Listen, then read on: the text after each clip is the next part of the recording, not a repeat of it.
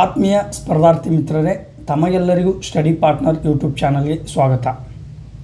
ಸ್ನೇಹಿತರೆ, ಇವತ್ತಿನ ಈ ಒಂದು ವಿಡಿಯೋದಲ್ಲಿ ನಾವು ಪ್ರಾಣಿ ಪ್ರಭೇದಗಳ ಬಗ್ಗೆ ನೋಡೋಣ.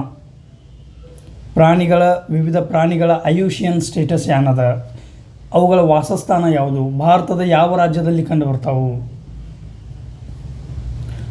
ಅವುಗಳ ರಕ್ಷಣೆಯ ದೃಷ್ಟಿಯಿಂದ ಯಾವುದಾದ್ರೂ ಯೋಜನೆಯನ್ನು ಹಮ್ಮಿಕೊಳ್ಳಲಾಗಿದೆಯೇ, ಇವೆಲ್ಲವುಗಳ ಕುರಿತು ಈ ಒಂದು ವಿಡಿಯೋದಲ್ಲಿ ನೋಡೋಣ. ಹಾಗಾದರೆ ಮೊದಲನೇ ಪ್ರಶ್ನೆ, ಈ ಥರ ಯಾಕೆ ನೋಡಬೇಕು?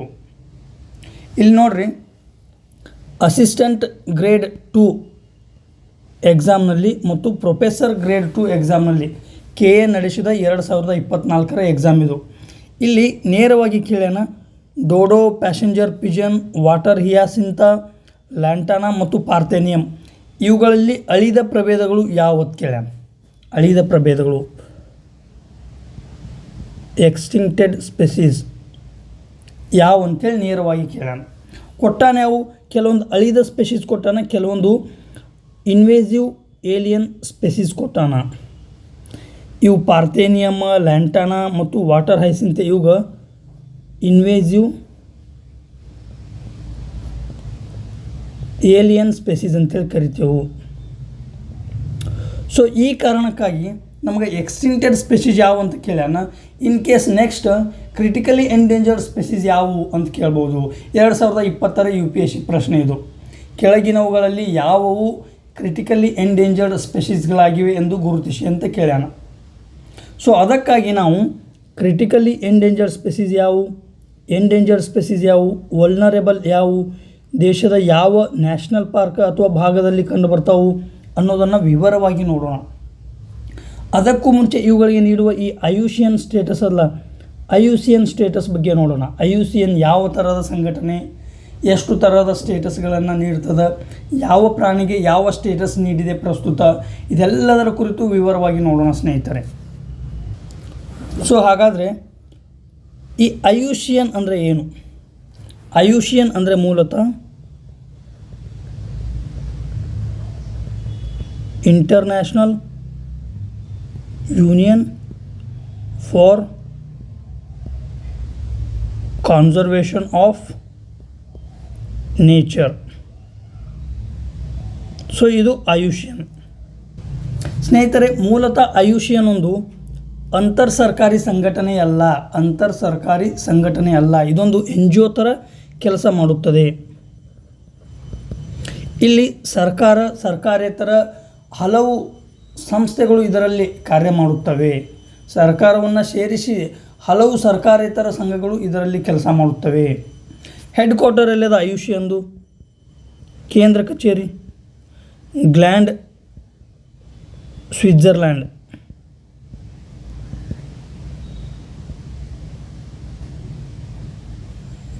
ಸ್ವಿಟ್ಜರ್ಲ್ಯಾಂಡಿನ ಗ್ಲ್ಯಾಂಡ್ನಲ್ಲಿ ತನ್ನ ಕೇಂದ್ರ ಕಚೇರಿಯನ್ನು ಹೊಂದಿದೆ. ಮೂಲತಃ ಇದು ಯಾವುದಕ್ಕಾಗಿ ಪ್ರಸಿದ್ಧಿಯನ್ನು ಪಡೆದಂದ್ರೆ ರೆಡ್ ಡೇಟಾ ಬುಕ್ಕನ್ನು ಪ್ರಕಟಣೆ ಮಾಡ್ತದೆ. ಏನು? Red data book. ಈ ಮೂಲಕ ಪ್ರಪಂಚದ ವಿವಿಧ ಪ್ರಾಣಿಗಳ ಒಂದು ಸ್ಟೇಟಸನ್ನು ಇದು ಪ್ರಸ್ತುತ ಮಾಡ್ತದೆ ಈ ರೆಡ್ ಡೇಟಾ ಮೂಲಕ.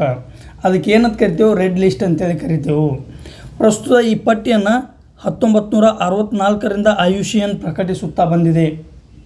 ವಿವಿಧ ಬಣ್ಣಗಳಲ್ಲಿ ಅವುಗಳ ಸ್ಟೇಟಸನ್ನು ರೀಪ್ರೆಸೆಂಟ್ ಮಾಡ್ತದೆ. ಉದಾಹರಣೆಗಾಗಿ ಗುಲಾಬಿ ಬಣ್ಣದ ಪುಟಗಳಲ್ಲಿ ಕ್ರಿಟಿಕಲಿ ಎಂಡೇಂಜರ್ಡ್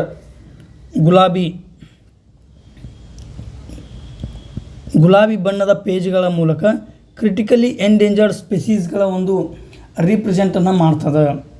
ಈ ತರಹಾಗಿ ವಿಶ್ವದ ಬೇರೆ ಬೇರೆ ಭಾಗಗಳಲ್ಲಿ ಬೇರೆ ಬೇರೆ ಪ್ರಾಣಿಗಳ ಸ್ಥಿತಿಗತಿ ಸ್ಟೇಟಸನ್ನು ಪತ್ತೆ ಹಚ್ಚುವ ಮತ್ತು ವರದಿ ಮಾಡುವ ಕೆಲಸವನ್ನು ಯಾವುದು ಮಾಡ್ತದೆ ಅಂದರೆ ಐಯುಸಿಎನ್ ಮಾಡ್ತದೆ.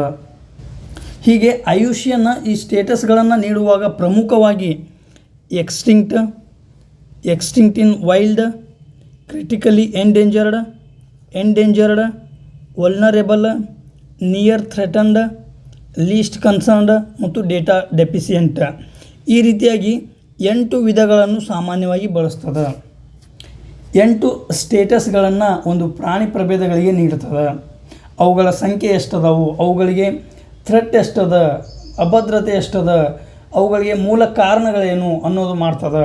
ನೆನಪಿರಲಿ ಸ್ನೇಹಿತರೆ, ಈ ಐಯುಷಿಯನ್ ಕೇವಲ ಪ್ರಾಣಿ ಮತ್ತು ವನಸ್ಪತಿಗಳದ್ದು ಮಾಡ್ತದೆ. ಪ್ರಾಣಿ ಮತ್ತು ವನಸ್ಪತಿಗಳ ಸ್ಟೇಟಸನ್ನು ನಿರ್ಧರಿಸುವ ಮತ್ತು ಸ್ಟೇಟಸನ್ನು ವರದಿ ಮಾಡುವ ಕೆಲಸವನ್ನು ಮಾಡ್ತದೆ. ಈ ಪ್ರಾಣಿ ಮತ್ತು ವನಸ್ಪತಿಯನ್ನು ಬಿಟ್ಟು ಬೇರೆ ಯಾವುದೇ ಮಾಡಲ್ಲ. ಫಂಗಸ್, ಕೀಟಗಳು ಅವು ಇವು ಎದುರದು ಮಾಡಲ್ಲ. ಪ್ರಾಣಿ ಮತ್ತು ವನಸ್ಪತಿ. ಕ್ವಶನ್ ಆಗಿತ್ತು ಸ್ನೇಹಿತರೆ ಇದು. ಕೆಳಗಿನ ಯಾವುಗಳನ್ನು ಐಯುಷಿಯನ್ ಸ್ಟೇಟಸ್ ವರದಿ ಮಾಡುತ್ತದೆ, ಐಯುಷಿಯನ್ ವರದಿ ಮಾಡುತ್ತದೆ ಅಂತ ಕೇಳಿದರು. ಸೊ ಇದರಲ್ಲಿ ನೆನಪಿರಬೇಕು 8 ಸ್ಟೇಟಸ್ಗಳನ್ನು ನೀಡ್ತದೆ ಐಯುಷಿಯನ್ನ. ಮೂಲತಃ 1964ರಿಂದ ಸ್ಟಾರ್ಟ್ ಮಾಡಿದೆ. ರೆಡ್ ಲಿಸ್ಟನ್ನು ಹೊರಡಿಸ್ತದೆ. ಮುಖ್ಯ ಕಚೇರಿ ಗ್ಲ್ಯಾಂಡ್ ಸ್ವಿಟ್ಜರ್ಲ್ಯಾಂಡಿನಲ್ಲಿದೆ. ಇದು ಅಂತರ್ ಸರ್ಕಾರಿ ಸಂಘಟನೆಯಲ್ಲ, ಇದೊಂದು NGO ಥರ ಕೆಲಸ ಮಾಡುತ್ತದೆ. ಹಲವು ದೇಶಗಳ ಸರ್ಕಾರಗಳು ಮತ್ತು ಸರ್ಕಾರೇತರ ಸಂಘಟನೆಗಳು ಒಟ್ಟಿಗೆ ಬಂದು ಈ ಕೆಲಸವನ್ನು ಮಾಡ್ತಾವೆ. ಈ ರೀತಿಯಾಗಿ ದೇಶದ ವಿವಿಧ ಭಾಗಗಳಲ್ಲಿಯ, ವಿಶ್ವದ ವಿವಿಧ ಭಾಗಗಳಲ್ಲಿಯ ಪ್ರಾಣಿ ಪಕ್ಷಿಗಳ ಪ್ರಭೇದಗಳನ್ನು ಮತ್ತು ವನಸ್ಪತಿ ಪ್ರಭೇದಗಳನ್ನು ಪತ್ತೆ ಹಚ್ಚುವ ವರದಿ ಮಾಡುವ ಕೆಲಸ ಯಾವುದು ಮಾಡ್ತಂದ್ರೆ ಅದು ಐಯುಷಿಯನ್ ಮಾಡ್ತದೆ. ಸೊ ಸ್ನೇಹಿತರೆ, ಈಗ ನಾವು ಮೊದಲು ಈ ಐಯುಷಿಯನ್ ವರದಿ ಮಾಡಿದಂತಹ ವಿಶ್ವದ ಬೇರೆ ಬೇರೆ ಭಾಗಗಳಲ್ಲಿ ಈ ಅಳಿದು ಹೋದ ಸ್ಪೆಷೀಸ್ಗಳ ಬಗ್ಗೆ ನೋಡೋಣ. ಎಕ್ಸ್ಟಿಂಕ್ಟೆಡ್ ಸ್ಪೆಷೀಸ್.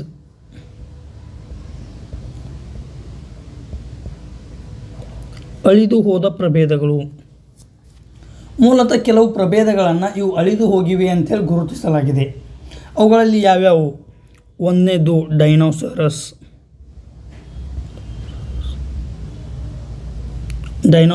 ಇದು ಅಳಿದು ಹೋಗ್ಯದ. ಇದು ಯಾವ ಕಾಲಘಟ್ಟದಲ್ಲಿ ಇತ್ತು ಅನ್ನೋದನ್ನು ಕಮೆಂಟ್ ಮಾಡಿ ತಿಳಿಸ್ರಿ. ನೆಕ್ಸ್ಟ್ ಬೋಡೋ ಹಕ್ಕಿ ಅಂಥೇಳಿ ಕರಿತೀವಿ. ಟಾಸ್ಮೇನಿಯನ್ ಟೈಗರ್. ಯಾವ ರೀತಿ ನಮ್ದೀಗ ರಾಯಲ್ ಬೆಂಗಾಲ್ ಟೈಗರ್ ಅಲ್ಲ, ಅದೇ ಥರ ಟಾಸ್ಮೇನಿಯನ್ ಟೈಗರ್ ಇತ್ತು. ಆ ಟಾಸ್ಮೇನಿಯನ್ ಟೈಗರ್ ಇಂದ ನೋಡ್ಲಿಕ್ಕೆ ಸಿಗಲ್ಲ, ಅಳಿದು ಹೋದ ಒಂದು ಪ್ರಭೇದ ಅದದು ಟಾಸ್ಮೇನಿಯನ್ ಟೈಗರ್. ಅದೇ ರೀತಿಯಾಗಿ ಬಾಲಿ ಟೈಗರ್, ಪ್ಯಾಸೆಂಜರ್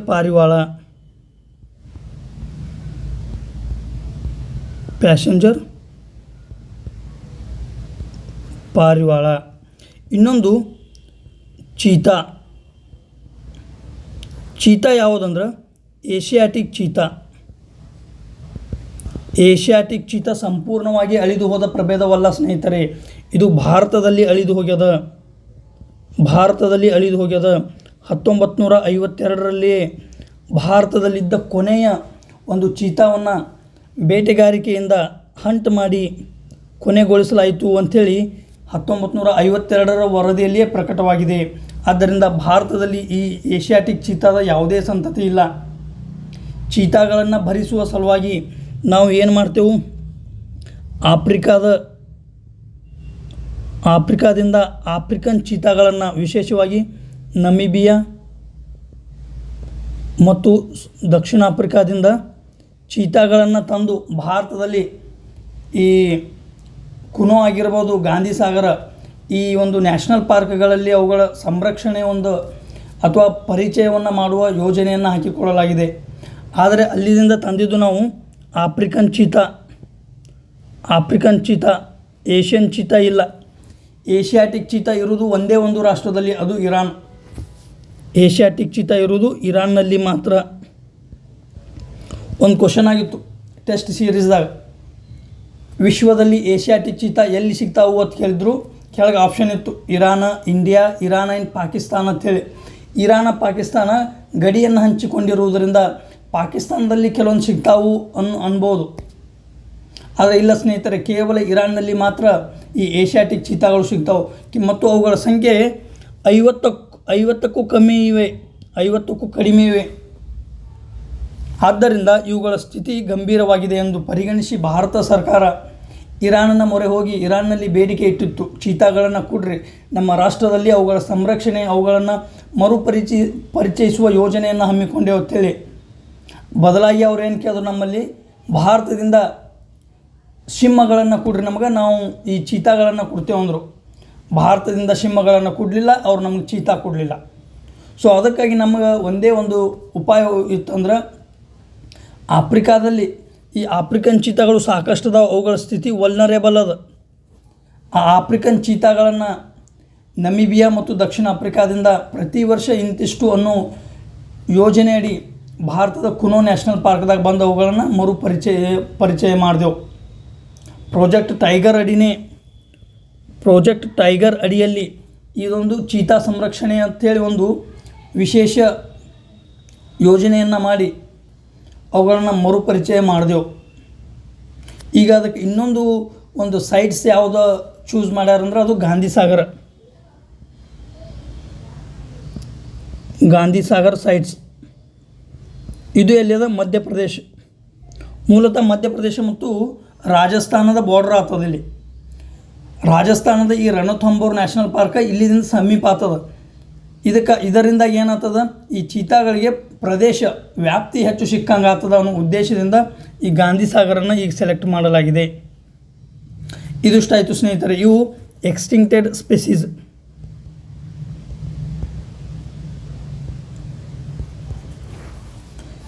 ಅಳಿದು ಹೋದ ಪ್ರಭೇದಗಳು. ನೆಕ್ಸ್ಟ್ ಕ್ರಿಟಿಕಲಿ ಎಂಡೇಂಜರ್ಡ್ ಸ್ಪೆಸೀಸ್ಗಳನ್ನು ನೋಡೋಣ. ತೀವ್ರ ಅಳಿವಿನಂಚಿನಲ್ಲಿರುವ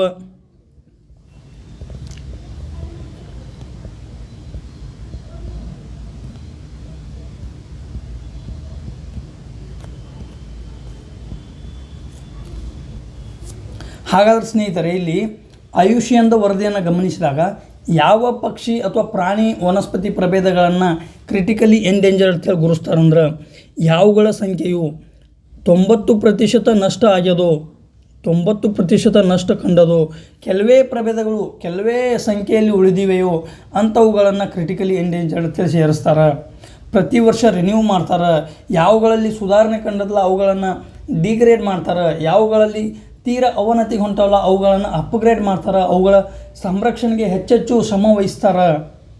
ಹಾಗಾದರೆ ಈ ಕ್ರಿಟಿಕಲಿ ಎಂಡೇಂಜರ್ಡ್ದಾಗ ಯಾವ್ಯಾವ ಅದಾವು ಸ್ನೇಹಿತರೆ? ಮೊದಲನೇದು ಗ್ರೇಟ್ ಇಂಡಿಯನ್ ಬಸ್ಟರ್ಡ್.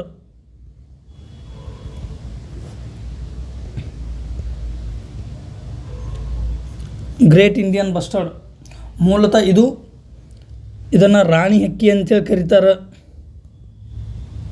ರಾಣಿ ಹಕ್ಕಿ ಭಾರತದಲ್ಲಿ ಯಾವ ಪ್ರದೇಶದಲ್ಲಿ ಕಂಡುಬರ್ತದೆ? Desert national park Rajasthan. ಆ ಒಂದು ಪ್ರದೇಶದಲ್ಲಿ ಈ ಗ್ರೇಟ್ ಇಂಡಿಯನ್ ಬಸ್ಟರ್ಡ್ ಕಂಡುಬರ್ತದೆ. ಕ್ರಿಟಿಕಲಿ ಎಂಡೇಂಜರ್ಡ್ ಅದ IUCN ಸ್ಟೇಟಸ್. ಕ್ರಿಟಿಕಲಿ ಎಂಡೇಂಜರ್ಡ್ ಯಾವ ಉದ್ದೇಶದಿಂದ? ಇವುಗಳ ಈ ಅವನತಿಗೆ ಕಾರಣ ಏನಂದ್ರೆ, ಈ ಡೆಸರ್ಟ್ ನ್ಯಾಷನಲ್ ಪಾರ್ಕ್ದಾಗ ಎಲೆಕ್ಟ್ರಿಕ್ ವಯರನ್ನು ಹರಿಸಲಾಗಿದೆ. ಈ ಇಲೆಕ್ಟ್ರಿಕ್ ಪೋಲ್ಸ್ಗಳ ಮೂಲಕ ಎಲೆಕ್ಟ್ರಿಕ್ ವಯರನ್ನು ಹಾಕಲಾಗಿದೆ. ಇವು ಹಾರುವಾಗ ಏನಾಗ್ತದೆ, ಈ ಎಲೆಕ್ಟ್ರಿಕ್ ವಯರ್ಗಳಿಗೆ ತಾಗಿ ಏನಾಗ್ತದೆ, ಅವುಗಳು ಸಾಯ್ತಾ ಇದ್ದಾವು.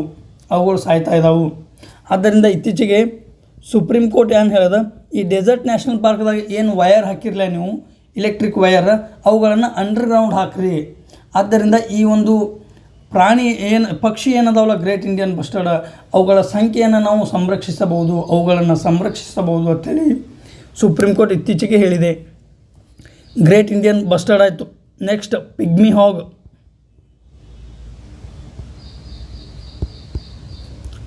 ಹಾಗ್ ಹಂದಿಯ ಥರ ಇರ್ತದೆ. ಹಂದಿಯ ಥರ ಇರುವಂಥ ಒಂದು ಪ್ರಾಣಿ. ನೆಕ್ಸ್ಟ್ ಇಮೇಜ್ ಅದಾವು, ಆ ಇಮೇಜನ್ನು ತೋರಿಸ್ತೀನಿ ನಿಮಗೆ. ಪಿಗ್ಮಿ ಹಾಗ್.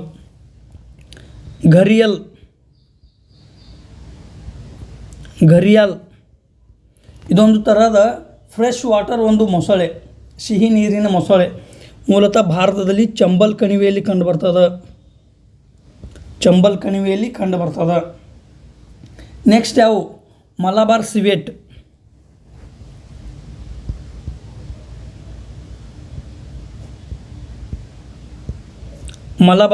ಕನ್ನಡದಲ್ಲಿ ಇದಕ್ಕೆ ಮಲಬಾರ್ ಪುನಗು ಬೆಕ್ಕು ಅಂತೇಳಿ ಕರಿತೇವೆ. ಮಲಬಾರ್ ಪುನಗು ಬೆಕ್ಕು.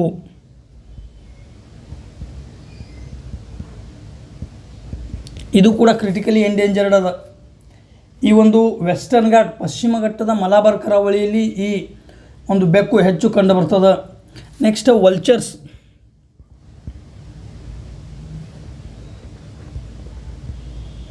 ರಣಹದ್ದುಗಳು. ಇವುಗಳಲ್ಲಿ ಮೂಲತಃ 4 ತರಹದ ರಣಹದ್ದುಗಳು ಕ್ರಿಟಿಕಲಿ ಎಂಡೇಂಜರ್ಡ್ ಸ್ಟೇಟಸ್ಗೆ ಹಾಕಲಾಗಿದೆ. 4 ತರಹದ ಯಾವುದು? ವೈಟ್ ರಂಪ್ಡ್, ರೆಡ್ ಹೆಡೆಡ್, ಇಂಡಿಯನ್ ಮತ್ತು ಸ್ಲೆಂಡರ್ ಬಿಲ್ಡ್. ಈ ಥರ 4 ವಿಧದ ರಣಹದ್ದುಗಳನ್ನು ಕ್ರಿಟಿಕಲಿ ಎಂಡೇಂಜರ್ಡ್ ಪಟ್ಟಿಗೆ ಸೇರಿಸಲಾಗಿದೆ. ಇನ್ನೂ ಹಲವು ಎಂಡೇಂಜರ್ಡ್ ಅದಾವೆ. ಟೋಟಲಿ 9 ತರಹದ ರಣಹದ್ದುಗಳು ಕಂಡುಬರ್ತಾವೆ. 9 ತರಹದ ರಣಹದ್ದುಗಳು, ಅವುಗಳಲ್ಲಿ 4 ಕ್ರಿಟಿಕಲಿ ಎಂಡೇಂಜರ್ಡ್ ಪಟ್ಟಿಗೆ ಸೇರಿಸಲಾಗಿದೆ. ಉಳಿದದನ್ನು ಕೆಲವು 2 ರಿಂದ 3 ಎಂಡೇಂಜರ್ಡ್, ಉಳಿದಿದ್ದು ವಲ್ನರೇಬಲ್ ಕ್ಯಾಟಗರಿಯಲ್ಲಿವೆ. ಸೊ ಟೋಟಲಿ ಕ್ರಿಟಿಕಲಿ ಎಂಡೇಂಜರ್ಡ್ ಯಾವುದಂದ್ರೆ great Indian bustard, pygmy hog, gharial, Malabar civet, ವಲ್ಚರ್ಸ ಮತ್ತು ಈ ಆಮೆಗಳು. ಮುಖ್ಯವಾಗಿ ಇವುಗಳನ್ನು ಏನು ಟರ್ಟಲ್ ಅಂತೇಳಿ ಕರಿತೀವಲ್ಲ, ಟರ್ಟಲ್ಗಳಲ್ಲಿ ರೆಡ್ ಕ್ರೌನ್ಡ್ ಟರ್ಟಲ್, ತಲೆಯ ಮೇಲೆ ಒಂದು ಕೆಂಪು ಆಕಾರದ ಚುಕ್ಕಿಯ ಥರ ಇರ್ತದೆ, ಕಿರೀಟದ ಥರ ಇರ್ತದೆ. ಅದಕ್ಕೆ ಕೆಂಪು ಕಿರೀಟದ ಒಂದು ಈ ಟರ್ಟಲ್, ಇದು ಕೂಡ ಕ್ರಿಟಿಕಲಿ ಎಂಡೇಂಜರ್ಡ್ದಲ್ಲಿ ಅದ. ನೆಕ್ಸ್ಟ್ ಯಾವುದಂದ್ರೆ soft shell turtle, Asian giant soft shell turtle, ಇದು ಕೂಡ ಕ್ರಿಟಿಕಲಿ ಎಂಡೇಂಜರ್ಡ್ ಅದ. ಯಾವ್ಯಾವ ನೋಡಿದೆವು ನಾವು? ಗ್ರೇಟ್ ಇಂಡಿಯನ್ ಬಸ್ಟರ್ಡ್ ನೋಡಿದೆವು.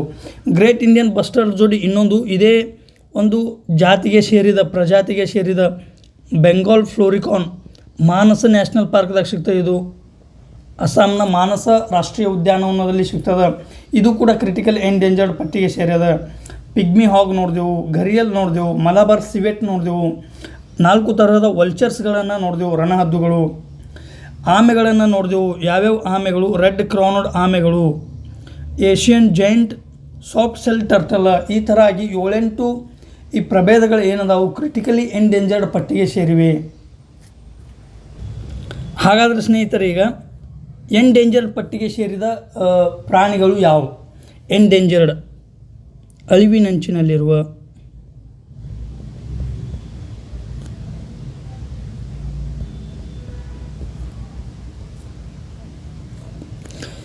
ಭಾರತದಲ್ಲಿ ಅನೇಕ ಪ್ರಾಣಿಗಳನ್ನು ಈ ಕ್ಯಾಟಗರಿಗೆ ಇಡಲಾಗಿದೆ. ಮೂಲತಃ ಭಾರತದ ರಾಷ್ಟ್ರೀಯ ಪ್ರಾಣಿ ಹುಲಿ. ನಾವೇನು ರಾಯಲ್ ಬೆಂಗಾಲ್ ಟೈಗರ್ ಅಂತೀವಲ್ಲ, ಅದು ರಾಯಲ್ ಬೆಂಗಾಲ್ ಟೈಗರ್. ಇದನ್ನು ಎಂಡೇಂಜರ್ಡ್ ಕ್ಯಾಟಗರಿಗೆ ಇಡಲಾಗಿದೆ. Endangered category. ನೆಕ್ಸ್ಟ್ ಯಾವುದು? ನೀಲಗಿರಿ ಥಾರ್.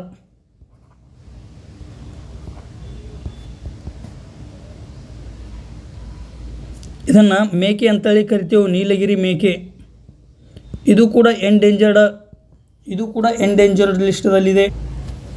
ಏಷಿಯನ್ ಎಲಿಫೆಂಟ್,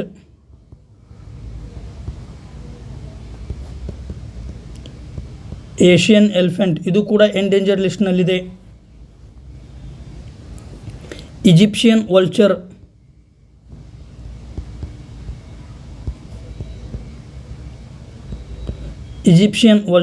ಅಂದರೆ ಈಜಿಪ್ಟ್ನಿಂದ ಏನು ಈಜಿಪ್ಟ್ ಪ್ರಜಾತಿಯ ರಣಹದ್ದು ಅಲ್ಲ, ಅದು ಕೂಡ endangered ಪಟ್ಟಿಯಲ್ಲಿದೆ. Gangetic dolphin,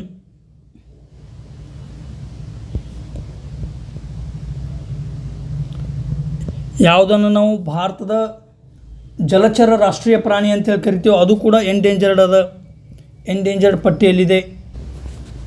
ಸಿಂಹಬಾಲದ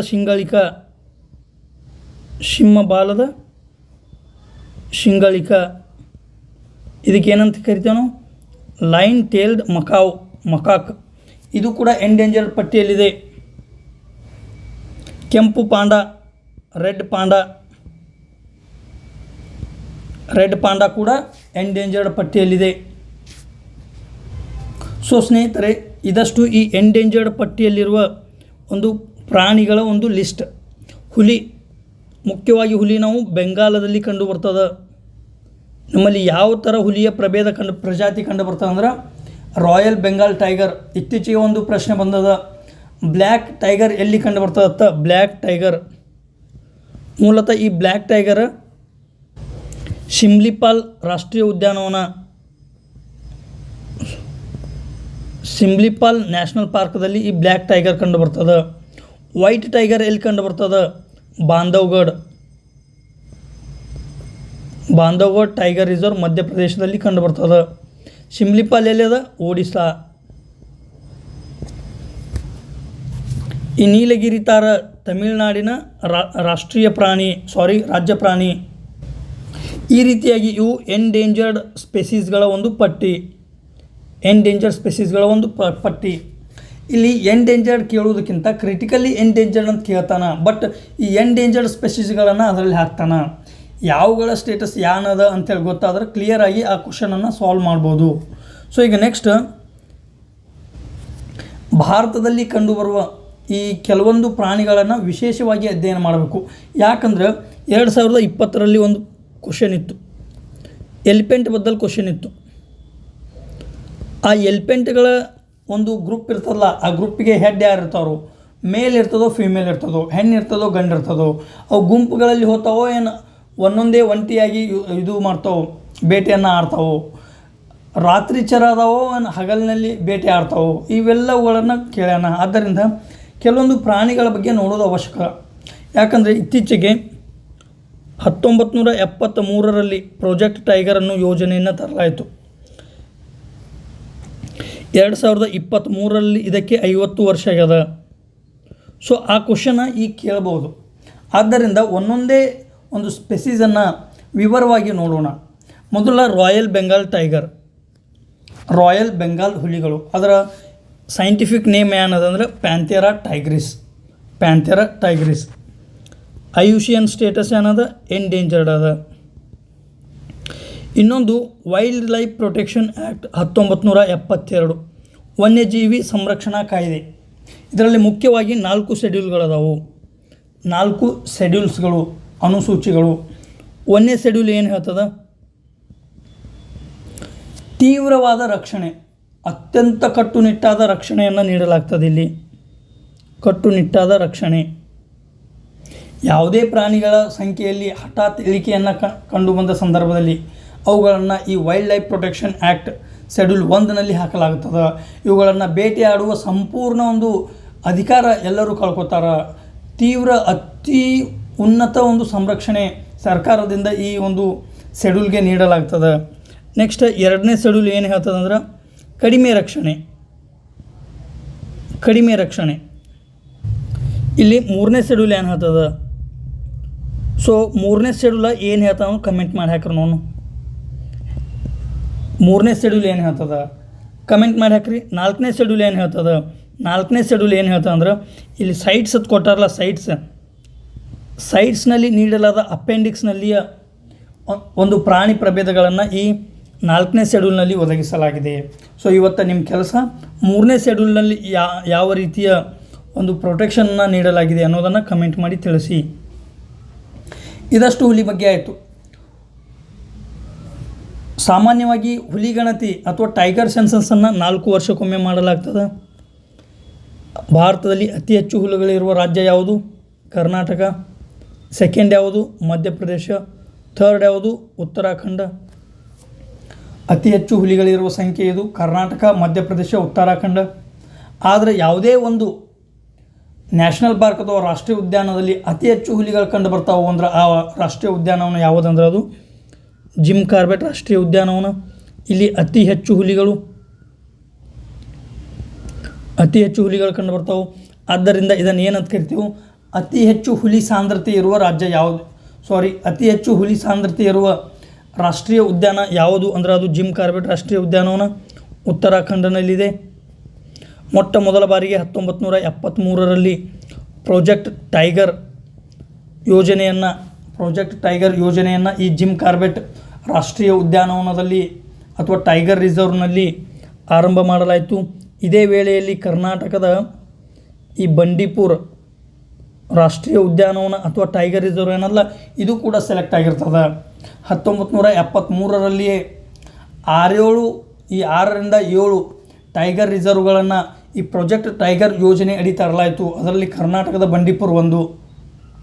Karnataka Bandipur ಕೂಡ ಈ ಒಂದು ಹುಲಿ ಸಂರಕ್ಷಣೆಗೆ ಫೇಮಸ್ ಅದ.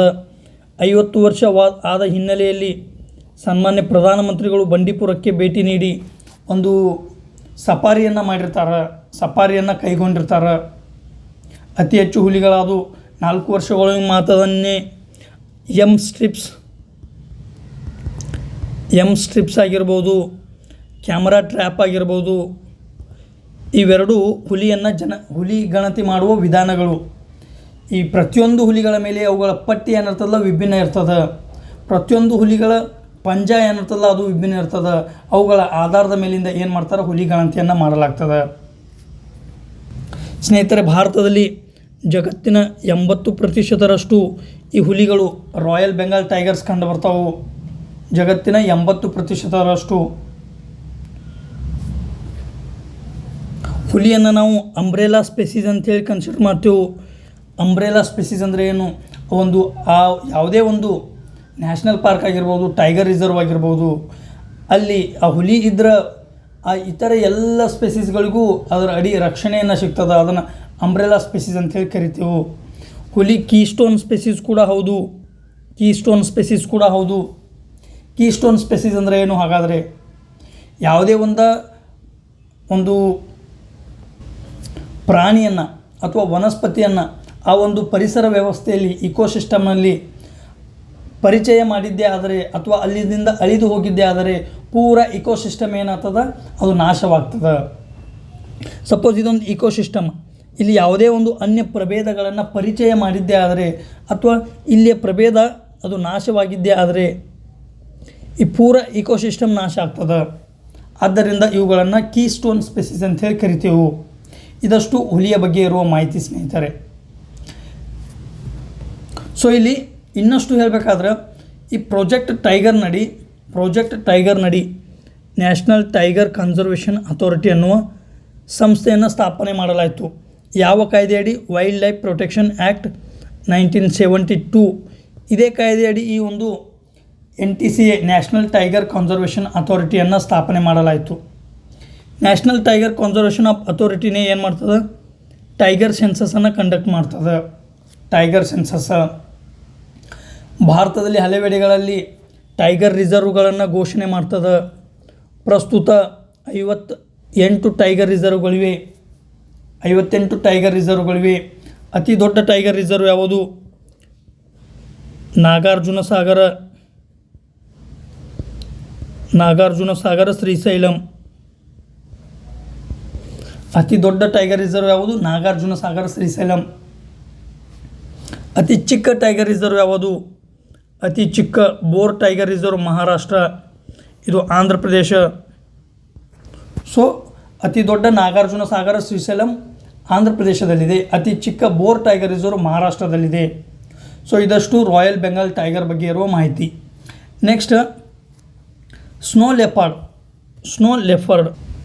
ಸ್ನೇಹಿತರೆ, ಹಾಗಾದರೆ ಇನ್ನೊಂದು ಕರೆಂಟ್ ಅಫೇರ್ಸ್ನಲ್ಲಿರುವ ವಿಶೇಷ ಮಾಹಿತಿ ಏನಂದ್ರೆ, ಇತ್ತೀಚೆಗೆ ಮೇ ಅಥವಾ June 2026ರಲ್ಲಿ international big cat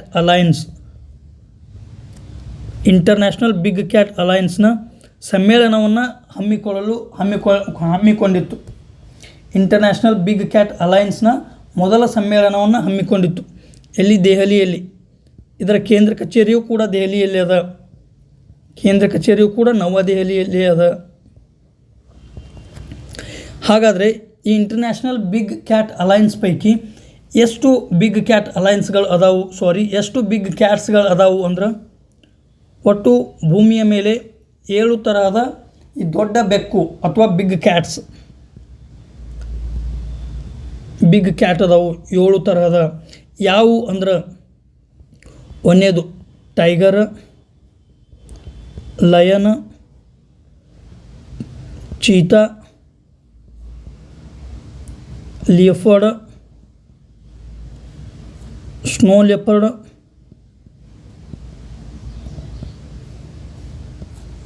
Jaguar, puma. So ಈ ಇಂಟರ್ನ್ಯಾಷನಲ್ ಬಿಗ್ ಕ್ಯಾಟ್ ಅಲೈನ್ಸ್ ಭಾರತದಲ್ಲಿ ಮೊದಲ ಸಮ್ಮೇಳನ ನಡೆದಿರುವುದರಿಂದ ಈ ಒಂದು ವಿಷಯ ಪ್ರಸ್ತುತ ಅನ್ನಿಸ್ತದೆ.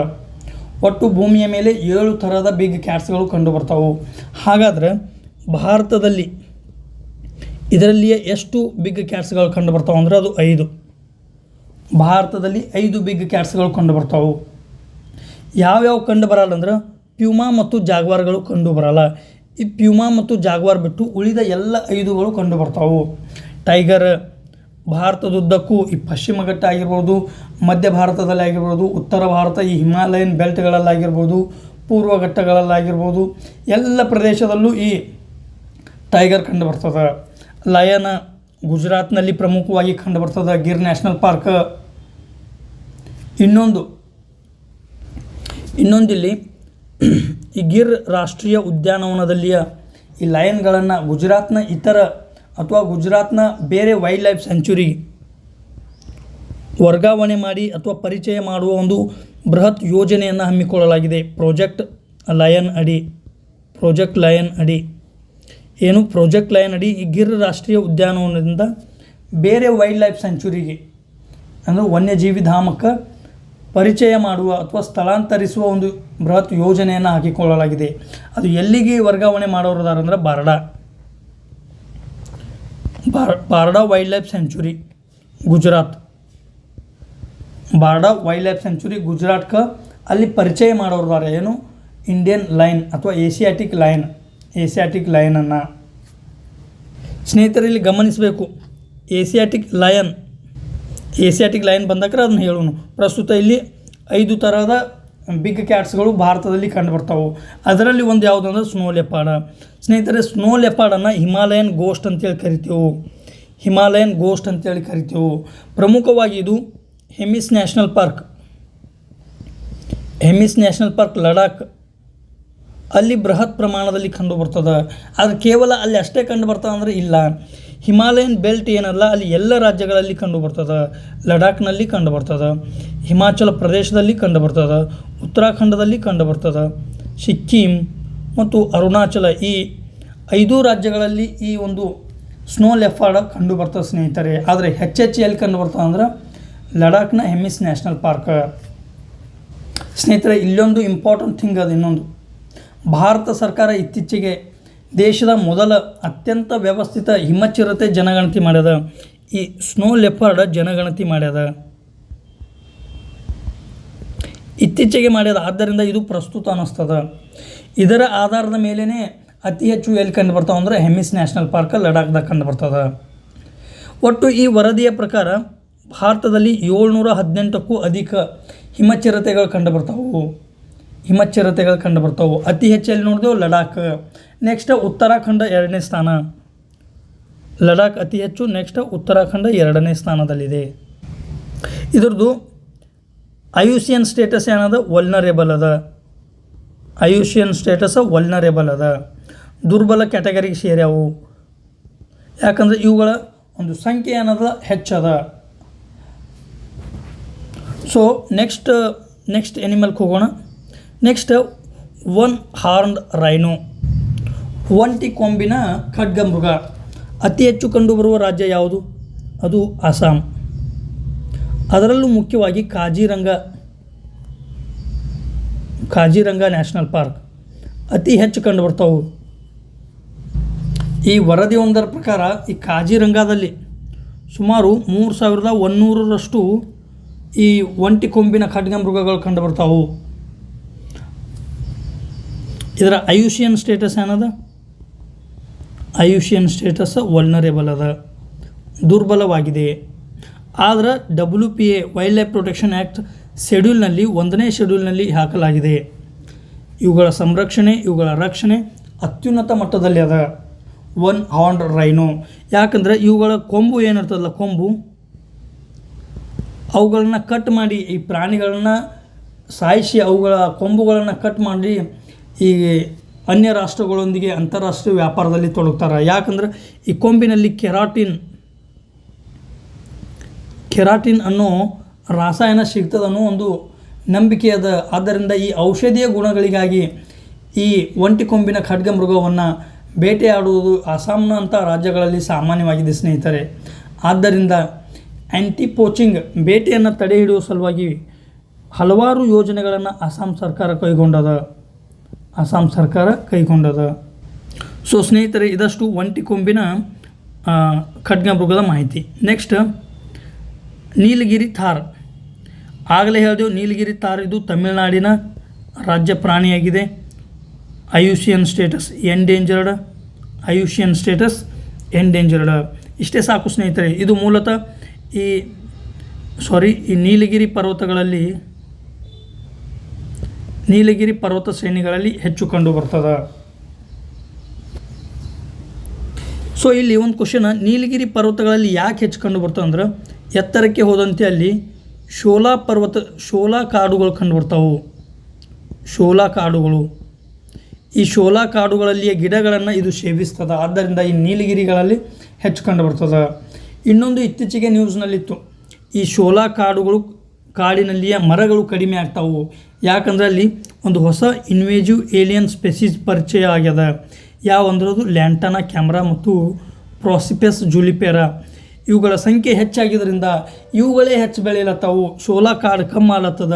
ಇದರಿಂದ ನೀಲಗಿರಿ ಥಾರ್ಗಳಂತಹ ಈ ಒಂದು ಸಸ್ಯಾಹಾರಿ ಪ್ರಾಣಿಗಳಿಗೆ ಆಹಾರ ಸಿಗ್ತಾ ಇಲ್ಲ ಅನ್ನೋ ಒಂದು ಸಮಸ್ಯೆ ನೀಲಗಿರಿ ಪರ್ವತ ಶ್ರೇಣಿಗಳಲ್ಲಿ ಕಂಡುಬರ್ತದೆ ಸ್ನೇಹಿತರೆ.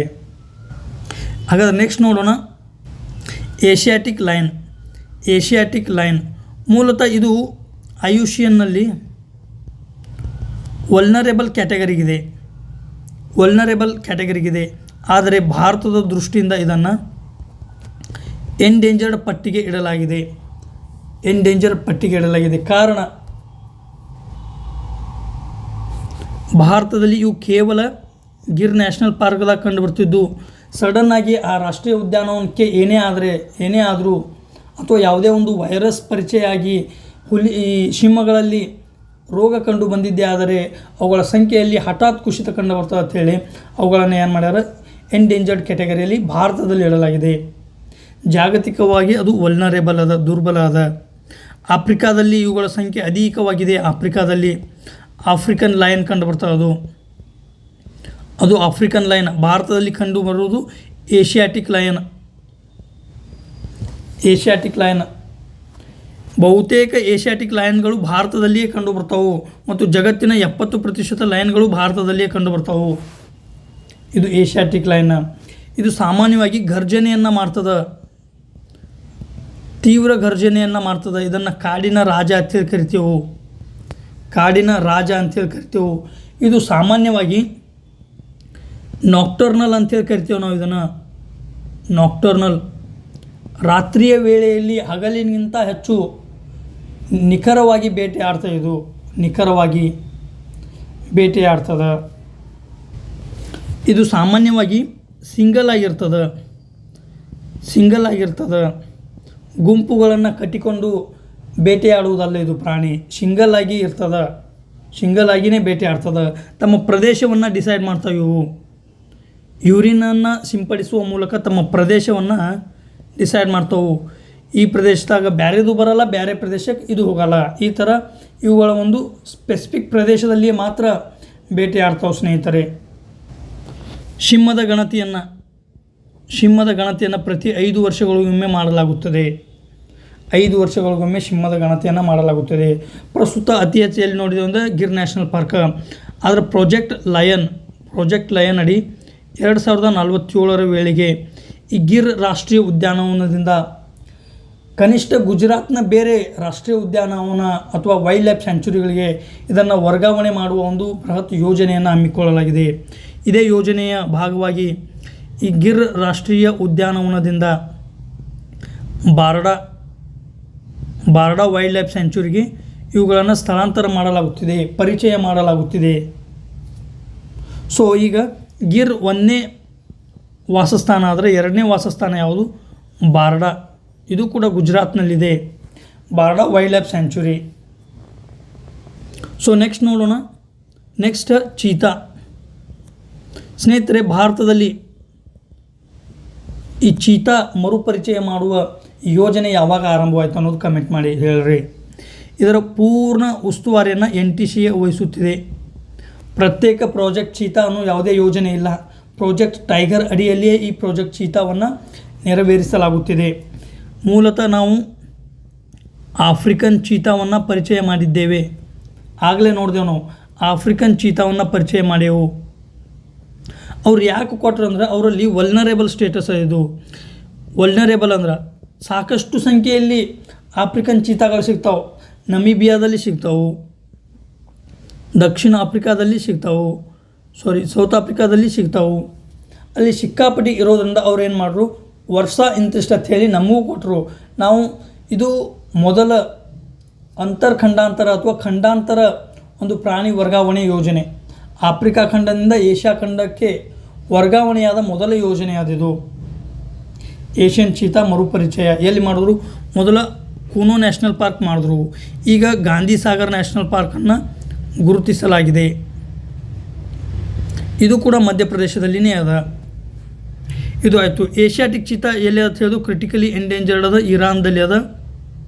ಕೇವಲ ಇರಾನ್ನಲ್ಲಿ ಕಂಡುಬರ್ತದೆ ಏಷ್ಯಾಟಿಕ್ ಚೀತಾ. ಏಷ್ಯಾಟಿಕ್ ಚೀತಾ ಮತ್ತು ಆಫ್ರಿಕನ್ ಚೀತಾವನ್ನು ಸ್ವಲ್ಪ ಕಂಪೇರ್ ಮಾಡೋದಾದ್ರೆ ಮೊದಲ ಇವುಗಳ ಐಯುಸಿಎನ್ ಸ್ಟೇಟಸ್ ನೋಡಿದೆವು. ಆಫ್ರಿಕನ್ ಚೀತಾ ವಲ್ನರೇಬಲ್ ಅದ, ಏಷ್ಯನ್ ಚೀತಾ ಕ್ರಿಟಿಕಲಿ ಎಂಡೇಂಜರ್ಡ್ ಅದ.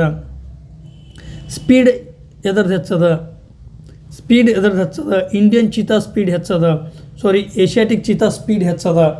ಯಾಕಂದ್ರೆ ಇದು ಸೈಜ್ ಏನದ, ಗಾತ್ರದಲ್ಲಿ ಚಿಕ್ಕದದ. ಏಷ್ಯಾಟಿಕ್ ಚೀತಾ ಚಿಕ್ಕದದ, ಆಫ್ರಿಕನ್ ಚೀತಾ ಏನದ ಗಾತ್ರದಲ್ಲಿ ದೊಡ್ಡದದ.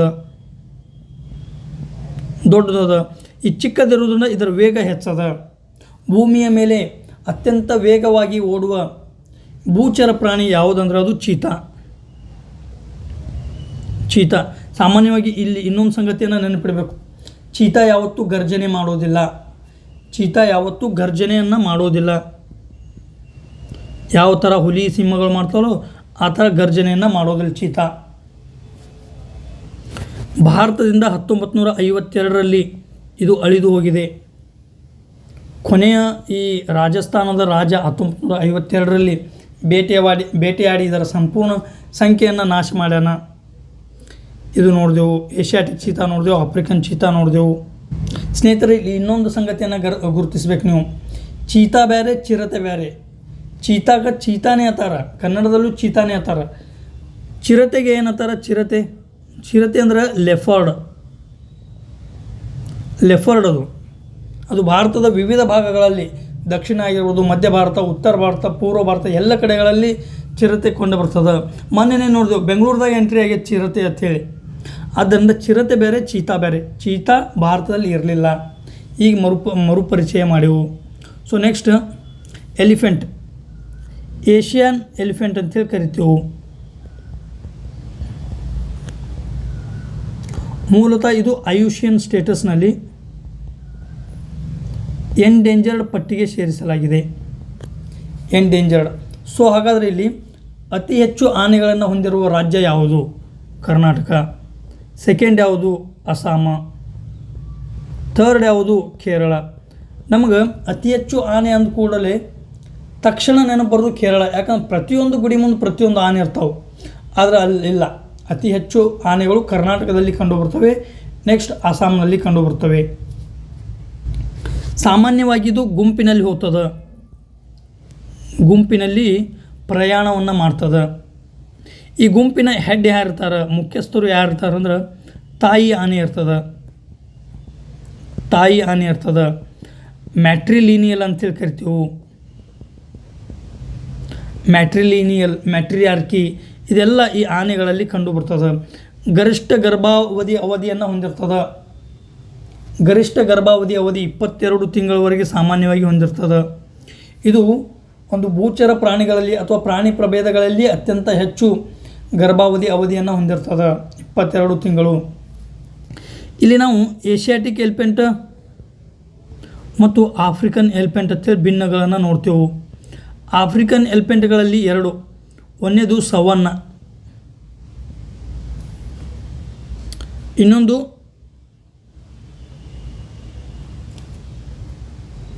ಇಕ್ವೆಟೋರಿಯಲ್ ಆಫ್ರಿಕನ್ ಎಲಿಫೆಂಟ್ ಅಥವಾ ಆಫ್ರಿಕನ್ ಎಲಿಫೆಂಟ್ ಅಂತೇಳಿ ಕರಿತೇವೆ. ಮೂಲತಃ ಈ ಆಫ್ರಿಕನ್ ಎಲಿಫೆಂಟ್ ಏಷ್ಯನ್ ಎಲಿಫೆಂಟ್ಗಿಂತ ಗಾತ್ರದಲ್ಲಿ ಬೃಹತ್ ಆಕಾರದಲ್ಲಿರ್ತದೆ, ದೊಡ್ಡದಿರ್ತದೆ ಗಾತ್ರದಲ್ಲಿ. ಈ ಆಫ್ರಿಕನ್ ಎಲಿಫೆಂಟ್ ಕ್ರಿಟಿಕಲಿ ಎಂಡೇಂಜರ್ಡ್ ಸ್ಥಿತಿಯಲ್ಲಿ ಅದ. ಅದರ ಸವನ್ನ ವಲ್ನರೇಬಲ್ ಸವನ್ನ ವಲ್ನರೇಬಲ್ ಅದ. ಏಸಿಯಾಟಿಕ್ ಎಲಿಫೆಂಟ್ ಎಂಡೇಂಜರ್ಡ್ ಅದ. 3 ತಿಳ್ಕೊಬೇಕು. ಗಾತ್ರದಲ್ಲಿ ಯಾವ್ದು ಹೆಚ್ಚಿರ್ತದೆ? ಆಫ್ರಿಕನ್ ಎಲಿಫೆಂಟ್ ಹೆಚ್ಚಿರ್ತದೆ. ಭೂಮಿಯ ಮೇಲಿನ ಅತಿ ದೊಡ್ಡ ಭೂಚರ ಪ್ರಾಣಿ ಯಾವುದಂದ್ರೆ ಅದು ಎಲಿಫೆಂಟ್. ವಿಶೇಷವಾಗಿ ಆಫ್ರಿಕನ್ ಎಲಿಫೆಂಟ್ ಅಂತೇಳಿ ಕರಿತೇವೆ. ಈ ಕಿವಿಯನ್ನು ನಿರಂತರವಾಗಿ ಅಲ್ಲಾಡಿಸುವ ಮೂಲಕ ಕಿವಿ ಜಾಡಿಸ್ತಾ ಚಂತನ ಈ ಒಂದು ಕಿವಿಯನ್ನು ಅಲ್ಲಾಡಿಸುವ ಮೂಲಕ ಬಾಡಿ ಟೆಂಪ್ರೇಚರನ್ನು ರೆಗ್ಯುಲೇಟ್ ಮಾಡ್ತದೆ.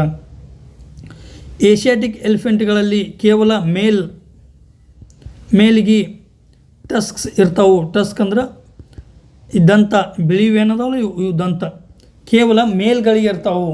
ಈ ಆಫ್ರಿಕಾದ ಎಲಿಫೆಂಟ್ಗಳಲ್ಲಿ ಮೇಲ ಮತ್ತು ಫಿಮೇಲ್ಗೆ 2 ಟಸ್ಕ್ಸ್ ಇರ್ತಾವೆ. ಮೇಲ ಮತ್ತು ಫಿಮೇಲ 2 ಜಾತಿಗಳಿಗೂ ಟಸ್ಕ್ಸ್ ಇರ್ತಾವೆ. ಸೊ ಇಲ್ಲಿ ಇನ್ನೊಂದೇನು ನೋಡ್ಬೇಕಂದ್ರೆ ಎಲಿಫೆಂಟ್ ಕಾರಿಡಾರ್ಗಳು ಅತಿ ಹೆಚ್ಚು ಎಲಿಫೆಂಟ್ ಕಾರಿಡಾರ್ಗಳು ಯಾವ ರಾಜ್ಯದಲ್ಲಿವೆ? ಪಶ್ಚಿಮ ಬಂಗಾಳ. ಅತಿ ಹೆಚ್ಚು ಎಲಿಫೆಂಟ್ ಕಾರಿಡಾರ್ಗಳು ಪಶ್ಚಿಮ ಬಂಗಾಳದಲ್ಲಿವೆ. ಪ್ರಮುಖ ಎಲಿಫೆಂಟ್ ಕಾರಿಡಾರ್ಗಳು ಯಾವುವು? ಸುದ್ದಿಯಲ್ಲಿ ಯಾವ್ಯಾವ ಅದಾವು ಅವುಗಳನ್ನು ಕೂಡ ಡೀಟೇಲಾಗಿ ನೋಡಬೇಕು. ಇದಷ್ಟು ಎಲಿಫೆಂಟ್ಗಳ ಕುರಿತು ಮಾಹಿತಿ. ನೆಕ್ಸ್ಟ್ ಗ್ರೇಟ್ ಇಂಡಿಯನ್ ಬಸ್ಟರ್ಡ್ ರಾಣಿ ಹಕ್ಕಿ ಅಂತೇಳಿ ಕರೀತಾರೆ. ಅತಿ ದೊಡ್ಡ ಪ್ರಾಣಿ ಉಷ್ಟ್ರ ಪಕ್ಷಿ. ಇದು ಕೂಡ ಅತಿ ದೊಡ್ಡ ಪ್ರಾಣಿ. ಅತಿ ದೊಡ್ಡ ಪಕ್ಷಿ ರಾಜಸ್ಥಾನದ ಡೆಸರ್ಟ್ ನ್ಯಾಷನಲ್ ಪಾರ್ಕ್ನಲ್ಲಿ ಕಂಡುಬರ್ತದೆ. Desert national park. ಇದೇ ಪ್ರಜಾತಿಗೆ ಸೇರಿದ ಬೆಂಗಾಲ್ ಫ್ಲೋರಿಕಾನ್ ಅದು ಕೂಡ ಕ್ರಿಟಿಕಲಿ ಎಂಡೇಂಜರ್ಡ್ ಐಯುಷಿಯನ್ ಸ್ಟೇಟಸ್ನಲ್ಲಿದೆ. ಮೂಲತಃ ಇದು ಮಾನಸ ರಾಷ್ಟ್ರೀಯ ಉದ್ಯಾನವನ ಅಸ್ಸಾಂನಲ್ಲಿ ಕಂಡುಬರುತ್ತದೆ. ಬೆಂಗಾಲ್ ಫ್ಲೋರಿಕಾನ್ ಇದು ಎಲ್ಲಿ ಕಂಡು ಬರ್ತದೆ? Great Indian bustard desert national park Rajasthan. So ಇದಷ್ಟು ಗ್ರೇಟ್ ಇಂಡಿಯನ್ ಬಸ್ಟರ್ಡ್ ಮಾಹಿತಿ. ಇದೇನು ಕ್ರಿಟಿಕಲಿ ಎಂಡೇಂಜರ್ ಸ್ಥಿತಿಯೊಳಗದ ಅದನ್ನು ಅಷ್ಟು ನೆನಪಿಡ್ರಿ. ನೆಕ್ಸ್ಟ್ ವಲ್ಚರ್ಸ್ ರಣಹದ್ದುಗಳಲ್ಲಿ 9 ಟೈಪ್ ಆಫ್ ರಣಹದ್ದುಗಳು ಭಾರತದಲ್ಲಿ ಸಿಗ್ತಾವೆ ಅಂತ ಹೇಳಿದ್ನಿ. ಅದರಲ್ಲಿ 4 ಕ್ರಿಟಿಕಲಿ ಎಂಡೇಂಜರ್ಡ್ ಅದಾವು. ಯಾವ್ಯಾವು? White rumped vulture, slender billed. ಕನ್ನಡದಲ್ಲಿ ಏನಂತಾರೆ ನೋಡ್ರಿ. White rumped, slender billed, Indian vulture ಮತ್ತು ರೆಡ್ ಹೆಡೆಡ್ ವಲ್ಚರ್. ಇವು 4 ಕ್ರಿಟಿಕಲಿ ಎಂಡೇಂಜರ್ಡ್ ಅದಾವು. ಕನಿಷ್ಠ ಇವು 4ಗಳನ್ನು ನೆನಪಿಡಬಹುದು. ಸೊ ಇನ್ನೊಂದು ಕಮೆಂಟ್ ಮಾಡಿ ತಿಳಿಸ್ರಿ. ಇತ್ತೀಚೆಗೆ ವಲ್ಚರ್ ಕನ್ಸರ್ವೇಷನ್ ಪ್ರೋಗ್ರಾಮನ್ನು ಜಾರಿ ತರಲಾಗಿದೆ. ವಲ್ಚರ್ ಕನ್ಸರ್ವೇಷನ್ ಪ್ರೋಗ್ರಾಮ್ ಯಾವ ರಾಜ್ಯದಲ್ಲಿ ಅನ್ನೋದನ್ನು ಕಮೆಂಟ್ ಮಾಡಿ ತಿಳಿಸ್ರಿ. ಇನ್ನೊಂದು ಈ ವಲ್ಚರ್ ಸಂಬಂಧಿಸಿದಂತೆ ಡೈಕ್ಲೋಫೆನಾಕ್ ಔಷಧಿ ಈ ವಲ್ಚರ್ಗೆ ಸಂಬಂಧಿಸಿದಂತೆ ಮಹತ್ವದ ಇರ್ತದೆ. ಈ ದನಗಳಿಗೆ ವಿಶೇಷವಾಗಿ ಆಕಳು ಎಮ್ಮೆಗಳಿಗೆ ಜ್ವರ ಬಂದಾಗ ಅಥವಾ ಕಾಯಿಲೆ ಬಂದಾಗ ಸಾಮಾನ್ಯವಾಗಿ ಈ ಡೈಕ್ಲೋಫೆನಾಕನ್ನು ನೀಡುವುದು ಸ್ವಾಭಾವಿಕ. ಈ ಡೈಕ್ಲೋಫೆನಾಕನ್ನು ನೀಡಿದಾಗ ಒಂದು ವೇಳೆ ಅವು ಪ್ರಾಣಿಗಳು ಈ ದನ ಎಮ್ಮೆ ಆಡು ಇತ್ಯಾದಿಗಳು ಸತ್ತು ಹೋದರೆ ಅವುಗಳನ್ನು ಈ ವಲ್ಚರ್ಸ್ಗಳು ಸೇವಿಸಿದಾಗ ವಲ್ಚರ್ಸ್ಗಳು ಸಾಯ್ತಾವೆ. ಈ ಡೈಕ್ಲೋಫೆನಾಕ್ ಅನ್ನೋ ಒಂದು ಔಷಧ ವಲ್ಚರ್ಸ್ಗಳಿಗೆ ಮಾರಕವಾಗಿದೆ. ಆದ್ದರಿಂದ ಭಾರತದಲ್ಲಿ ಈ ಡೈಕ್ಲೋಫೆನಾಕನ್ನು ಬ್ಯಾನ್ ಮಾಡಲಾಗಿದೆ. ಡೈಕ್ಲೋಫೆನಾಕ್ ಔಷಧಿಯನ್ನು ಬ್ಯಾನ್ ಮಾಡಲಾಗಿದೆ. ಸೊ ನೆಕ್ಸ್ಟ್ ಡುಗಾಂಗ್ ಮೂಲತಃ ಇದು ತಮಿಳುನಾಡಿನ ಈ ಗಲ್ಫ್ ಆಫ್ ಮನ್ನಾರ್ನಲ್ಲಿ ಕಂಡುಬರುವಂಥ ಒಂದು ಜಲಚರ ಜೀವಿ. ಇದು ಸಸ್ಯಾಹಾರಿಯಾಗಿದೆ. ಏಕೈಕ ಜಲಚರ ಸಸ್ಯಾಹಾರಿ ಡುಗಾಂಗ್ ಅನ್ನು ಕರಿತೇವೆ. ಐಯುಷಿಯನ್ ಸ್ಟೇಟಸ್ ಏನದ? ವಲ್ನರೇಬಲ್ ಅದ. ಮೂಲತಃ ಇವು ಅಂಡಮಾನ್ ನಿಕೋಬಾರ್ ಪ್ರದೇಶಗಳಲ್ಲಿ ಮತ್ತು ಈ ಗಲ್ಫ್ ಆಫ್ ಮನ್ನಾರ್ ಪ್ರದೇಶಗಳಲ್ಲಿ ಮಾತ್ರ ಕಂಡುಬರ್ತದೆ. ಇದು ಸಸ್ಯಾಹಾರಿ ಅದ. ಇದು ನೆನಪಿಡಬೇಕು. ಈ ಸಂದರ್ಭದಲ್ಲಿ ಈ ಡುಗಾಂಗ್ಗೆ ಪ್ರಶ್ನೆ ಬಂದರೆ ಸಸ್ಯಾಹಾರಿ ಅನ್ನೋ ಪ್ರಶ್ನೆ ಬರೋದು ಕಾಮನ್. ಸಸ್ಯಾಹಾರಿ ಅದ. ಎಲ್ಲಿ ಕಂಡು ಬರ್ತಾವೆ ಅನ್ನೋದು ನೋಡಿದೆವು. So next Gangetic dolphin, Ganga ನದಿಯ ಡಾಲ್ಫಿನ್ಗಳು. ಗಂಗಾ ನದಿಯ ಡಾಲ್ಫಿನ್ಗಳು ಮೂಲತಃ ಈ ಡಾಲ್ಫಿನ್ಗಳಲ್ಲಿ 3 ವಿಧ. ಒಂದನೇದು ಇಂಡಸ್ ವಾಟರ್ ಡಾಲ್ಫಿನ್, ಸಿಂಧೂ ನದಿಯ ಡಾಲ್ಫಿನ್, ಗ್ಯಾಂಜೆಟಿಕ್ ಡಾಲ್ಫಿನ್, ಗಂಗಾ ನದಿಯ ಡಾಲ್ಫಿನ್, ಇರವಡಿ ಡಾಲ್ಫಿನ್. ಗಂಗಾ ನದಿ ಡಾಲ್ಫಿನ್ ಕೇವಲ ಗಂಗಾ ನದಿಯಲ್ಲಿ ಕಂಡುಬರುವುದಿಲ್ಲ, ಬ್ರಹ್ಮಪುತ್ರ ನದಿ ಮತ್ತು ಗಂಗಾ ನದಿಯ ಇತರ ಉಪನದಿಗಳಲ್ಲೂ ಕೂಡ ಈ ಗ್ಯಾಂಜೆಟಿಕ್ ಡಾಲ್ಫಿನ್ ಕಂಡುಬರ್ತದೆ. ಈ ಗಂಗಾ ನದಿಯ ಡಾಲ್ಫಿನ್ ಸಂರಕ್ಷಣೆಗಾಗಿ ವಿಕ್ರಮಶಿಲಾ ಗ್ಯಾಂಜೆಟಿಕ್ ಡಾಲ್ಫಿನ್ ಸ್ಯಾಂಚುರಿಯನ್ನು ಉದ್ಘಾಟನೆ ಮಾಡಲಾಗಿದೆ, ನಿರ್ಮಾಣ ಮಾಡಲಾಗಿದೆ, ಸ್ಥಾಪನೆ ಮಾಡಲಾಗಿದೆ. ಎಲ್ಲಿ? ವಿಕ್ರಮಶಿಲಾ ಗ್ಯಾಂಜೆಟಿಕ್ ಡಾಲ್ಫಿನ್ ಸೆಂಚುರಿ ಯಾವ ರಾಜ್ಯದಲ್ಲಿ ಅದ? ಬಿಹಾರ. ಈ ಇಂಡಸ್ ವಾಟರ್ ಡಾಲ್ಫಿನ್, ಸಿಂಧೂ ನದಿಯ ಡಾಲ್ಫಿನ್ ಮುಖ್ಯವಾಗಿ ಸಿಂಧೂ ನದಿ ಮತ್ತು ಅದರ ಉಪನದಿಗಳಲ್ಲಿ ಕಂಡುಬರ್ತದೆ. ಹಾಗಾದರೆ ಭಾರತದಲ್ಲಿ ಯಾವ ನದಿಯಲ್ಲಿ ಕಂಡುಬರ್ತದೆ ಅಂದರೆ ಬಿಯಾಸ್. ಭಾರತದಲ್ಲಿ ಬಿಯಾಸ್ ನದಿಯಲ್ಲಿ ಈ ಸಿಂಧೂ ನದಿಯ ಒಂದು ಡಾಲ್ಫಿನ್ಗಳು ಪ್ರಮುಖವಾಗಿ ಕಂಡುಬರ್ತಾವೆ. ಇರವಡಿ ನದಿ ಭಾರತದಲ್ಲಿ ಅರುಣಾಚಲ ಪ್ರದೇಶದ ಬಳಿ ಉಗಮ ಹೊಂದದ. ನೆಕ್ಸ್ಟ್ ಮ್ಯಾನ್ಮಾರ್ನ ಮೂಲಕ ಹರಿತದ. ಈ ಒಂದು ಇರವಡಿ ನದಿಯಲ್ಲಿ ಇರವಡಿ ಡಾಲ್ಫಿನ್ಗಳು ಕಂಡುಬರ್ತಾವೆ. ಹಾಗಾದರೆ ಭಾರತದಲ್ಲಿ ಈ ಇರವಡಿ ಡಾಲ್ಫಿನ್ಗಳು ಎಲ್ಲಿ ಕಂಡುಬರ್ತಾವೆ ಅಂದ್ರೆ ಅದು ಚಿಲಿಕಾ ಸರೋವರದ ಬಳಿ ಈ ಇರವಡಿ ಡಾಲ್ಫಿನ್ಗಳು ಕಂಡುಬರ್ತಾವೆ. ಸೊ ಹಾಗಾಗಿ ಈ Gangetic dolphin IUCN status endangered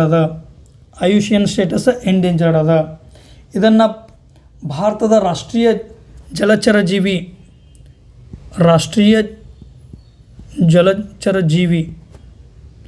ಜಲಚರ ಪ್ರಾಣಿ.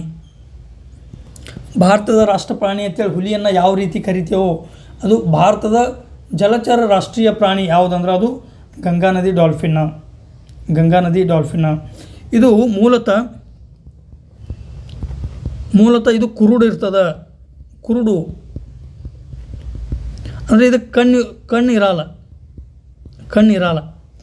ಆದ್ದರಿಂದ ಇದನ್ನು ಸಾಮಾನ್ಯವಾಗಿ ಸೂಸು ಅಂಥೇಳಿ ಕರಿತೇವೆ.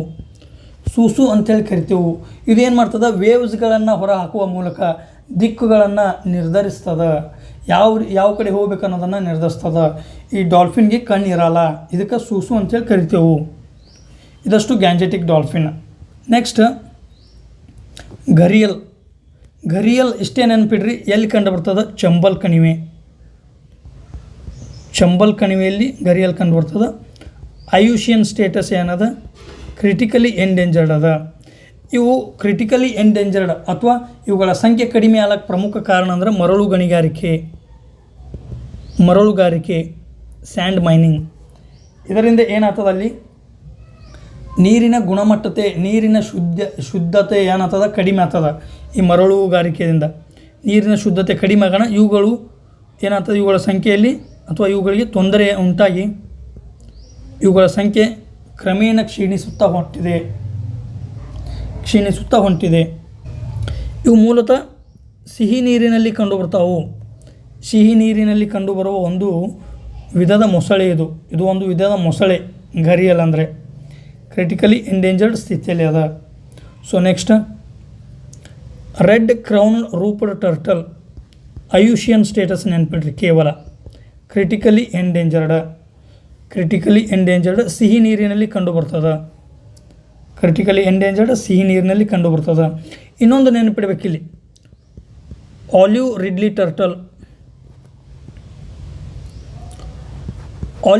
ಟರ್ಟಲ್ ಇವುಗಳ ಒಂದು ಐಯುಸಿಎನ್ ಸ್ಟೇಟಸ್ ಏನದ?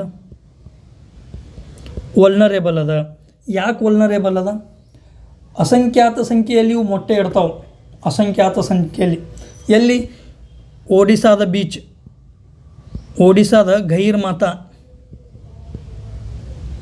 ಗಹೀರ್ ಮಾತಾ ಸ್ಯಾಂಚುರಿ ಅಲ್ಲ, ಅಲ್ಲಿ ನೋಡಿದ್ರೆ ಕೋಟಿಗಟ್ಟಲೆ ಮೊಟ್ಟೆ ಇಡ್ತಾವೆ ಪ್ರತಿ ವರ್ಷ. ಇವು ಕೋಟಿಗಟ್ಟಲೆ ಮೊಟ್ಟೆ ಇಡುವುದರಿಂದ ಇವುಗಳ ಸಂಖ್ಯೆ ಅಪಾರ ಪ್ರಮಾಣದಲ್ಲಿ ಕಂಡುಬರ್ತದೆ. ಆದರೆ ಜಾಗತಿಕ ತಾಪಮಾನದಲ್ಲಿ ಹೆಚ್ಚಳವಾಗುವ ಕಾರಣ ಇವುಗಳ ಮೊಟ್ಟೆಗಳು ಏನದಾವು ಅವು ನಾಶವಾಗುತ್ತಿವೆ. ಈ ಉಷ್ಣತೆಗೆ ಸಹಿಸಲಾರದೆ ಅವು ಏನು ಮಾಡ್ತಾವೆ ಪ್ರೀಮೆಚೂರ್ ಆಗುತ್ತಿವೆ. ಅಂದರೆ ಅವಧಿಗೂ ಮುಂಚೆ ಅವು ಓಪನ್ ಆಗುವುದರಿಂದ ಆ ಒಂದು ಆಮೆಗಳ ಮರಿಗಳು ಏನದಾವು ಬದುಕಲು ಸಾಧ್ಯವಾಗ್ತಿಲ್ಲ. ಇದಕ್ಕೆ ಜಾಗತಿಕ ತಾಪಮಾನದಲ್ಲಿ ಹೆಚ್ಚಳ. ನೋಡ್ಬೋದು ತಾಪಮಾನದ ಈ ಪ್ರಾಣಿಗಳ ಮೇಲೆ ಯಾವ ರೀತಿ ಪರಿಣಾಮವಾಗುತ್ತಿದೆ ಎಂದು. ಇಲ್ಲಿ ಏನು ನೆನಪಿಡಬೇಕು, ಗೈರ್ ಮಾತಾ ಸೆಂಚುರಿ. ಇಲ್ಲಿ ಆಲಿವ್ ರಿಡ್ಲಿ ಟರ್ಟಲ್ ಏನು ಮಾಡ್ತಾವೆ, ಪ್ರತಿ ವರ್ಷ ಸಂತಾನೋತ್ಪತ್ತಿಗೆ ಬರ್ತಾವೆ. ಕೋಟ್ಯಾವಧಿ ಸಂಖ್ಯೆಯಲ್ಲಿ ಬರ್ತಾವೆ. ಸೊ ಇದು ಆಲಿವ್ ರಿಡ್ಲಿ ಟರ್ಟಲ್. ಸೊ ಈ ರೆಡ್ ಕ್ರೌಂಡ್ ರೂಪದ ಟರ್ಟಲ್ ಬಗ್ಗೆ ಐಯುಷಿಯನ್ ಸ್ಟೇಟಸ್ ಅಂತೇಳಿ ನೆನಪಿಡ್ರಿ. So next Asian giant shell turtle. ಇದು ಕೂಡ ಕೇವಲ ಐಯುಷಿಯನನ್ನು ನೆನಪಿಡ್ರಿ. Critically endangered.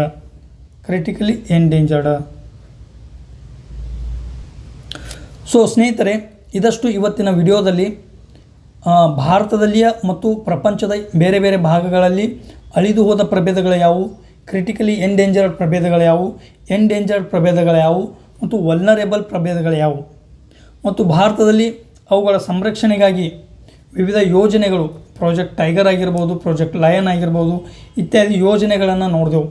Key stone species ಯಾವುದು ನೋಡಿದೆವು, ಅಂಬ್ರೆಲಾ ಸ್ಪೆಸಿಸ್ ಅಂದರೆ ಏನು ನೋಡಿದೆವು, ಮತ್ತು ಅವುಗಳ ಕೆಲವು ವಿಶೇಷತೆಗಳನ್ನು ನೋಡಿದೆವು. ನಾಕ್ಟರ್ನಲ್ಲಿ ಯಾವುದವು, ಅವುಗಳ ಸಂಖ್ಯೆ ಎಲ್ಲಿ ಹೆಚ್ಚದ, ಇವೆಲ್ಲವುಗಳನ್ನು ವಿವರವಾಗಿ ನೋಡಿದೆವು. ಈ ರೀತಿಯಾಗಿ ವಿವರವಾಗಿ ನೋಡಿದ್ದೇ ಆದ್ರೆ ಈ ಪ್ರಾಣಿ ಪ್ರಭೇದಗಳ ಮೇಲೆ ಉದಯವಾಗುವ ಅಥವಾ ರೈಸ್ ಆಗುವ ಯಾವುದೇ ಪ್ರಶ್ನೆಯನ್ನು ನಾವು ಸುಲಭವಾಗಿ ಬಿಡಿಸ್ಬೋದು ಅಂತ ಹೇಳುತ್ತಾ, ಇವತ್ತಿನ ಈ ವಿಡಿಯೋ ನಿಮಗೆ ಇಷ್ಟವಾದಲ್ಲಿ ಲೈಕ್ ಮಾಡಿರಿ, ಶೇರ್ ಮಾಡಿರಿ, ಸಬ್ಸ್ಕ್ರೈಬ್ ಮಾಡಿರಿ ಅನ್ನುತ್ತಾ ಇವತ್ತಿನ ಈ ವಿಡಿಯೋನ ಇಲ್ಲಿಗೆ ಮುಗಿಸೋಣ. Thank you.